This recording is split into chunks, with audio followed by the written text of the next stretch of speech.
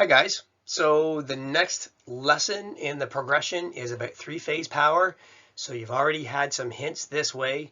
Pete's lesson last week about power generation.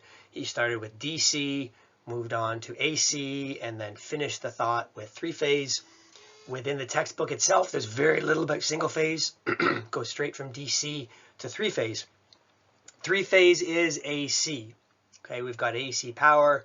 We've got three different varieties of AC power all existing at the same time. So let's jump into this, figure out what that means.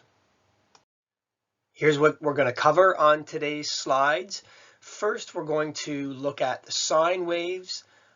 So when I say there are three different varieties of AC, three different versions, they are three separate sine waves. So the sine wave represents AC. It increases, it maxes, it returns to zero. It increases in the opposite polarity, maxes, and returns to zero in a sine wave. If I draw one of these very quickly for you. So just increase, peak, back to zero, decrease to a negative peak, back to zero. There's our sine wave. Okay, we use sine waves to represent AC power because that's exactly what it's doing. However, it can get very complicated and very messy very quickly. And so that introduces us to the idea of vectors. And if we can use a straight line, which is what a vector is, if we can use a straight line to represent that sine wave that I just drew, it really cleans things up and it makes it a lot easier conceptually for the purpose of learning, but then for the purpose of doing the math. So we're going to learn a little bit about vectors, and then we're going to have some conversation about phase angles. And Pete talked about this, well, the same idea last week when he talked about cutting angles. So the cutting angle creates what we're now going to call a phase angle, which will make sense when we turn that sine wave into a vector. Okay, so we're going to do a bit of that. That's going to lay some of the foundation for future work. We're then going to get into the connections, understand how we hook something up in a three-phase system, how we hook up a three-phase load in that three-phase power system. And finally, we're going to spend lots of time doing calculations. There's all kinds of math to do based on how we make those how we make those connections. So that's what we're going to cover here in this video. So this is an image that you saw last week in the very end of Pete's presentation. So this is our three-phase alternator. Okay, so what we have here are three separate sets of armature windings. So we see a red coil, a purple coil, and a green coil. Okay, and we have three separate sets of slip rings connected to each of those three coils, and they're rotating through a steady magnetic field. Okay, so this is where the sine wave output comes from. We saw this, Pete showed you this last week. Based on the cutting angle, okay, we get a gradual increase and decrease and changing of direction as any one of those wires travels through 360 degrees of rotation through that magnetic field. Okay, so by placing three of them in there, that's how we get our three-phase. Now, it says that those windings are separated by 120 degrees, which makes sense because then you've got three of them, 120 degrees from the first to the second, 120 degrees from the second to the third, and then 120 degrees gives you a full 360 to bring you back to where you began. So that gives us a perfect separation of our three phases.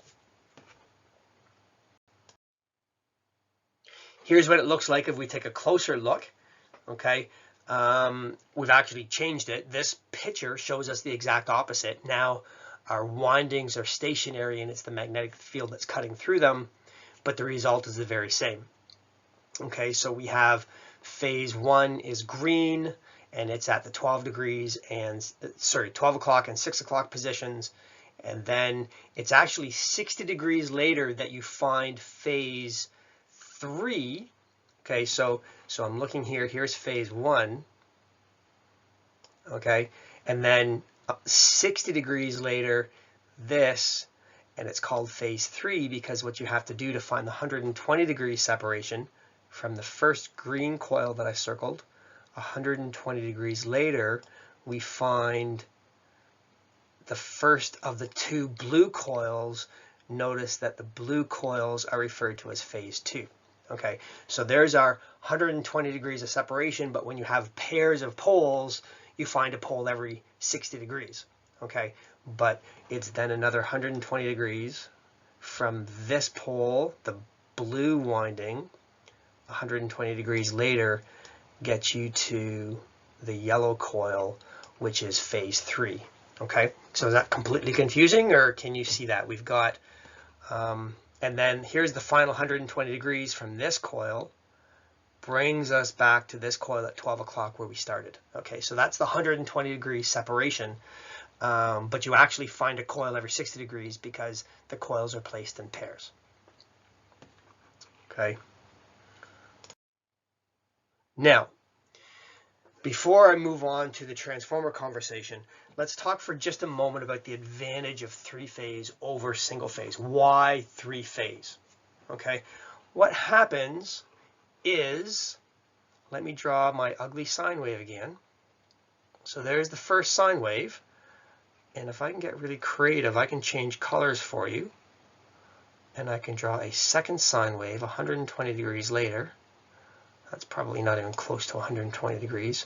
And let's try green, which I think goes about there. Okay, now, if we ignore the blue and the green for a second, and we go back to that first red sine wave that I drew, in single phase power, when you have that single phase power running down a line, you have periods where there's 0 volts. Okay, and so the voltage is pulsating with many, many periods of there being what we call null voltage. So there's nothing, okay? We eliminate those periods of null voltage when we move to a three-phase system, okay? When there's nothing on the red phase, there's something on the blue phase, or there's something on the green phase, and there's always voltage traveling down the line, okay? So you don't get the same pulsation effect. It's a much cleaner power. It's a much more consistent power, and that's one of the primary advantages of the three-phase. Okay, so let's move into the transformer conversation now. So we've already looked at the transformer construction, and we understand that from a single-phase perspective. Here's what we see with a three-phase transformer. So it looks like an H-type core. Okay, but what we have are both the primary and the secondary windings of each of the 3 phases wound around one post of that core. Okay, now so this is a 3-phase transformer. Okay, you can also build a 3-phase transformer bank using 3 single-phase transformers. Okay, we can do the same thing, we can do the same math. In terms of the rest of our conversation here in today's slides, when we get to the calculations at the end, it doesn't make any difference. Okay, 3 single-phase transformers or 1 3-phase transformer, all of our conversations are identical. Okay, so here's a sine wave. These pictures are going to be much prettier than what I attempted. Okay, each of the 3 phases of an AC waveform with exactly the same period and frequency. Okay, so they're identical in every way. Okay, their frequency, their period, their magnitude, everything about these 3 voltages is identical except for that phase shift. Okay, so that's the terminology. Okay, there is a shift in the phase, shifting of when that sine wave crosses 0 or peaks positively or negatively, okay? And they are out of phase by 120 degrees. So there's a couple of different ways that we can talk about that. There's a mechanical separation and there's an electrical separation, okay? So these 3 coils, oh, I'm still on the green, cool. These 3 coils are mechanically separated by 120 degrees. Okay. As a result, A, B, and C sine waves are electrically out of phase by 120 degrees. Okay. We could go back to the design of our alternator, and we could double up on everything. Okay. So instead of 1 A phase and 1 B phase and 1 C phase, we could have 2 of each. Okay. And what we would do is we would we would shift, I can't see my pointer, there it is. We could shift this sine wave. So this is 360 degrees, okay, in terms of the sine wave from start to finish. And it's 360 degrees of rotation that gets us there. But if we were to double up on the coils in the alternator, the result would be that electrically, we would see this 360 degrees, a full sine wave, but we would get there with only 180 degrees of rotation within the alternator, okay? So instead of traveling 120 degrees physically, we would in fact only travel 60 degrees physically, and we would still see 120 degrees of electrical shift, okay? Not to be confused with the slide a little bit earlier, we did see a phase every 60 degrees, but that was because they were paired for a single phase. I'm talking about two completely separate phases, which would double the frequency of the sine wave. We would get 360 degrees electrically with only 180 degrees mechanically. Okay, not something we typically see, but something to understand that there's a difference between the mechanical degrees and the electrical degrees, potentially. But for our purposes, they're both going to be exactly the same. So here's the thing, is when we're looking at those sine waves, things can get complicated really quickly. And so let's move away from that and replace that sine wave with a straight line, with a vector. Okay, so vectors are lines that indicate both magnitude and direction. All right, so that first vector we see on the horizontal says it represents 7 volts and it is at 0 degrees. Okay, so we have a magnitude, 7 volts, we have a direction, 0 degrees. If we take that vector and we point it straight up, as in the second example, okay, now this one actually tells us that this one is 5 amps. That's what that vector is representing. So the vectors could represent voltage, could represent current, but now the direction is at 90 degrees. And when we're identifying a direction, we always start at the horizontal on the right. Okay, so that's the first vector at 0 degrees. That is our starting point. Okay, and as we move forward, okay, so remember, let's draw the sine wave here for a second. So here's our sine wave again. Okay, remember we're moving forward in time. All right, so this is the beginning. All right, as the armature rotates through 90 degrees, okay, we are now electrically at 90 degrees. And remember, that represents time. So when we're plotting a sine wave, the horizontal axis is time. Okay? But we don't express it as time, do we? We don't really ask the question, how fast is the armature rotating? How much time does it take? Okay, when we're talking about periods and frequencies, we do. Okay, and I can tell you that in North America, that sine wave happens 60 times every second. So we have a frequency of 60 hertz, which means there are 60 sine waves every second, which means that one period takes 0.17 seconds. 0.17 seconds. Okay, we could do the math. We're not going to. Let's move on.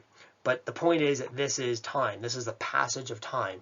But we don't express it that way. We express it as a passage of degrees as we move through that 360 degrees of rotation and the 360 degrees electrically of the sine wave. Okay, so when we talk about the direction of a vector, we talk about the passage of time as degrees as well. And so this reference point of 0 degrees is where we begin. And then as we move forward through time, looking at our sine wave, our vector is going to rotate in a counterclockwise direction. Okay, and so this vector is at 90 degrees. It's 90 degrees beyond the 0 degrees reference point, which is the horizontal to the right. Okay, so that's how we express vectors with magnitude and direction.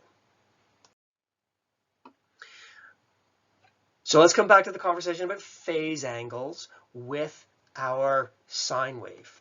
Okay, and so here's our sine wave beginning at 0 degrees and 0 volts. And then at 90 degrees right here, we have reached our peak voltage right there.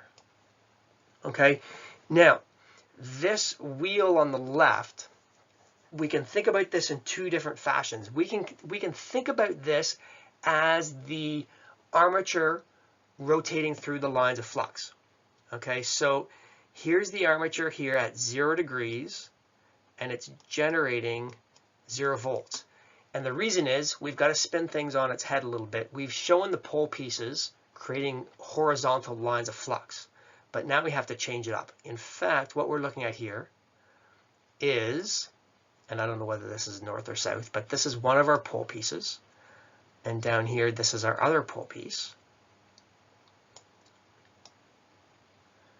And our lines of flux are vertical, which means that this armature, as it's here at 0 degrees, is traveling parallel to the lines of flux, therefore not cutting any lines of flux. And that's why we have 0 volts generated in our generator, induced in the armature at that moment in time. Okay, and this is very much like what Pete was showing you last week. We've changed it up a little bit. We've got the lines of flux now vertical instead of horizontal. We've got this armature rotating counterclockwise as opposed to the example last week that had it traveling clockwise. So we've made some adjustments, but this is the same theory, the same logic, right? So that at 30 degrees, we are cutting some lines of flux.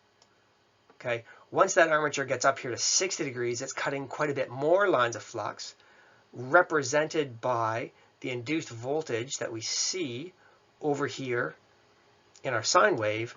And finally, at 90 degrees, traveling perpendicular to the lines of flux, we're cutting maximum lines, and that's why our sine wave peaks. Okay, so we can look at this drawing in that fashion. Okay, let me see if I can erase all this though, because let's try something different. So if I start erasing all of this,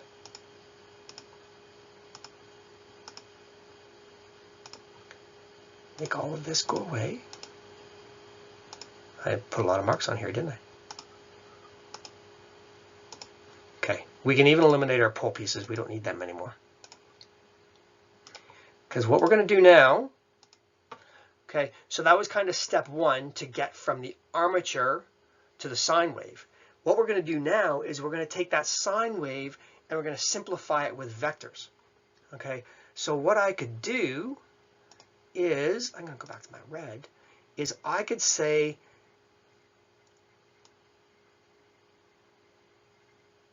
that maybe is a vector. Okay, the problem is in the previous slide we said that was 7 volts at 0 degrees. We gotta carry on with this conversation. There's a little bit of a problem there, but then there's another vector,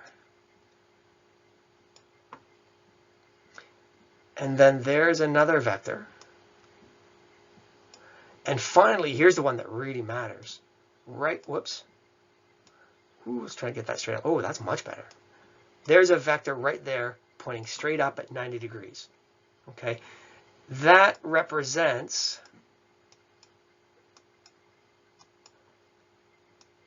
our peak voltage. Okay, so we could draw this as a whole bunch of vectors spinning around a point, okay, to take the place of the representation of the sine wave. All right, so we can bring that sine wave back to vectors to simplify the conversation and the picture. Okay, that's what we're doing there. All right, let's move on. What do we talk about next? So more conversation about the vectors. The nice thing about the vectors, the advantage is now we can do some math. Okay, doing math on that sine wave is complicated because every point in the sine wave is a different value. Okay, so if we can take the sine wave as a whole and replace it with a vector, we can start doing some math. So if we take voltage A and we replace that sine wave with a vector, okay, we're going to place it right there. And we're going to give it a direction of 0 degrees just because that is logical. It makes sense. Let's start at the beginning. But as I showed you in the previous slide, how that vector rotates through the full 360 degrees, we could in fact put that vector in any direction. Okay, it doesn't matter. It doesn't change the math, because what we're going to do now is we're going to look at the second vector. Okay, so the vector representing the voltage B. And so here it is, the 20 volt vector, and we're going to place it also on 0 degrees. So this is the point, is that whatever direction we chose to have vector A pointing, vector B must point the same way, because both of them cross through 0 at the same point, peak positively at the same point, cross through 0 again at the same point, peak negatively at the same point, and finish their 360 degrees of rotation at the same point. So the statement that we make is that these two sine waves are in phase. Okay, there's no phase shifting taking place. They are in phase, which means the two vectors that we draw representing these two sine waves are in phase, which means they're pointing in the same direction. Whatever direction we chose to point them at, we chose 0 degrees, we could have put them at 106 degrees. The point is they would both have to be in the same direction. And so now we just add them up. So the question is, when we take these two voltages and we put them in a circuit together, what's going to be the total voltage of the circuit? And the answer is our 30 volts plus our 20 volts gives us a resultant voltage of 50 volts. Okay, we just add them up. Okay. Now, here's what our three-phase waveforms look like. Okay, so this is what I was attempting to draw earlier. Didn't do a very good job. This is much better. We have phase 1, and it peaks. And then phase 2 peaks 120 degrees later. And phase 3 peaks 120 degrees after that. Okay, same frequencies, same magnitude of voltages. Okay, but each one of those sine waves are out of phase by 120 degrees. So that was pretty messy. We could replace it with this. Okay, here are our three vectors. This represents the very same image as the previous slide. We have sine wave A represented by vector A, which we choose to place at 0 degrees, because let's start at the beginning. Okay, and then sine wave B is represented by vector B, and this vector is the same magnitude, which means the line is the same length, but it comes 120 degrees. Well, this is actually showing it 120 degrees before, isn't it? Okay, but in fact 120 degrees after. All right, kind of doesn't matter. We need 120 degrees separation, and we're in business, because another 120 degrees of separation brings us to sine wave C, and finally 120 degrees brings us back where we began. Okay, so they're just endlessly chasing each other around the 360 degrees of rotation. All right, always separated by 120 degrees each. All right, so this is an awful lot tidier than that image of the three sine waves we looked at in the previous slide. Represents the very same thing, but it's a lot cleaner, okay, a lot easier to talk about and look at and ultimately do math with. Okay, so now it's time to talk about connections. Okay, that is what three-phase is, but how do we connect it? Okay, so where should we start this conversation? It's a fairly lengthy one. We've already learned about connecting multiple loads together in a circuit. Okay, you learned this in basic when you learned Ohm's law, and you learned about series circuits and parallel circuits. Okay, when you have two electrical loads that you're going to be connecting together, are you going to connect them in series or are you going to connect them in parallel? Those are your choices. You always have to make that decision. Okay, now in three-phase, we have, this is just a single load, a single three-phase load, or we could build it using three single-phase loads, three resistors. Okay, we can take three resistors and connect them together into a three-phase connection. Okay, it's not are we connecting them in series or are we connecting them in parallel? Because it's a single load. It's a single three-phase load. But we do have to make a choice, because what we actually have here are 6 connections. Okay, so if this was a resistor, this is shown as a coil because it's a conversation about the power supply as opposed to the load, but conversation is the same either way. There's one connection. There's the other end of that coil. Let's pretend it's a resistor. There's one. Okay, and then here are the 2 ends of this one, and here are the 2 ends of this one, and we have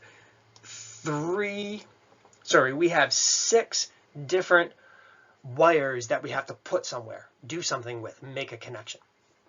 Okay, so this is not a conversation about connecting 2 loads in series or parallel, because once we have 2 3-phase loads, we still have to have that conversation. Okay, we could have 2 separate 3-phase loads that we've chosen to make this Y connection in, and we still have to decide, are we going to place them in series or are we going to place them in parallel? Okay, so that's a separate conversation. But if you're reading through this, you'll see where I'm going. Let's get through the first bullet first. It says that a Y-connected system has 1 wire from each phase connected together to form a common point, which we call a neutral. But this thing called Y is said to be like series, okay? And that's in quotation marks. It's like series because it's not series, okay? This is a 3-phase connection. Series, this is a 3-phase connection of a single 3-phase load. Series is a conversation about what happens when we have more than one load we want to connect together. We're going to place them in series, or we're going to place them in parallel. Okay, that's a different conversation, but we can use the rule of like series to help us get through some of the math. Now, when we get to the math, we're going to come back and talk more about what like series means, but I want you to understand that we're using a single phase concept to kind of start to understand this 3-phase connection. Okay, so it shares some of the basic traits. So that diagram shows us what a Y connection looks like in diagrammatic form. And so it makes it pretty obvious to us why we would choose to call this connection a Y connection, because it looks like the letter Y. Okay. Next option. So we have 2 options. Just like in single phase, we can connect it in series or parallel. In 3-phase, we can connect it in Y, or we can connect it in... Oh, I guess I better finish the Y conversation first. Sorry, guys, I got you all hyped up there, and then this slide didn't go where I expected. So this is a point that we have to be careful about how we make our connections, and this is why the vectors are so important.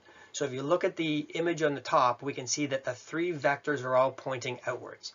And so that is the correct connection. Okay. The one below says incorrect, shows 2 vectors pointing outward and 1 pointing inward. All right. So that's going to create problems. That's going to create imbalances.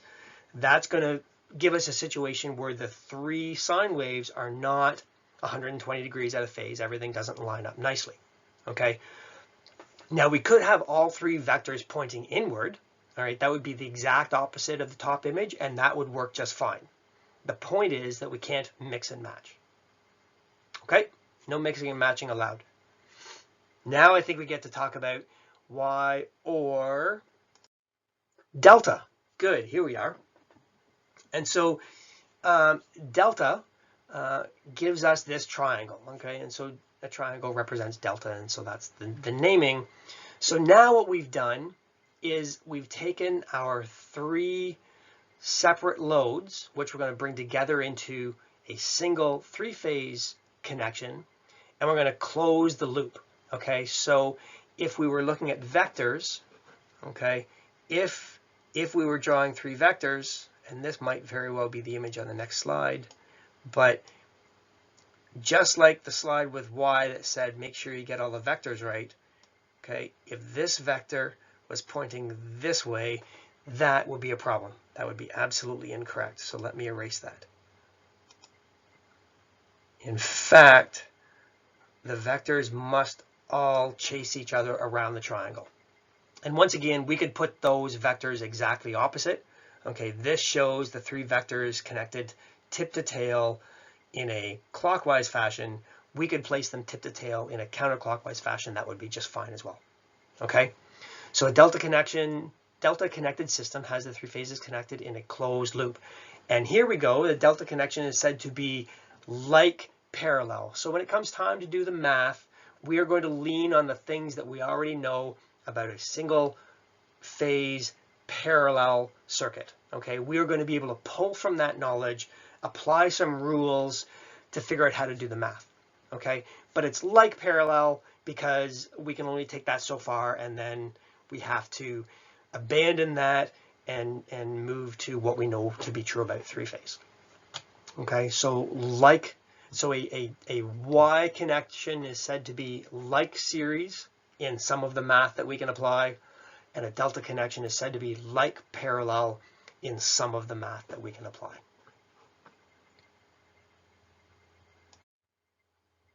So here we go. Here's our three vectors placed tip to tail. So a delta connection is made by connecting the number 2 terminal of one coil to the number 1 terminal of the next coil, and so on around, placing the vectors tip to tail.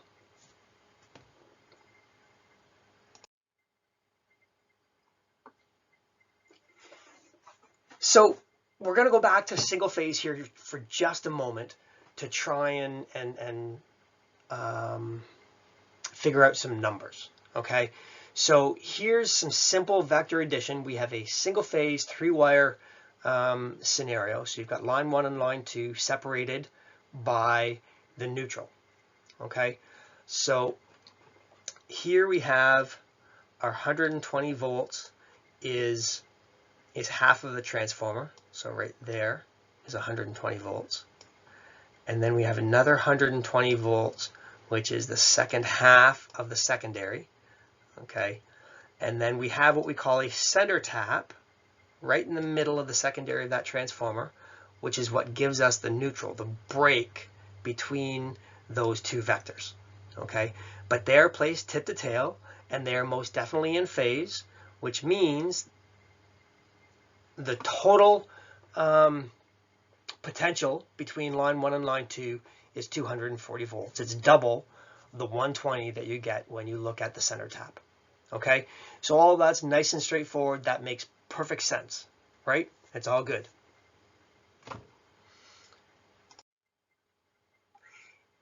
Here's where things get interesting. In a three-phase system, when you have a neutral, the potential difference between line 1 and line 2 is not just double the potential difference between line 1 to neutral or line 2 to neutral. And that's because of the 120 degrees out of phase.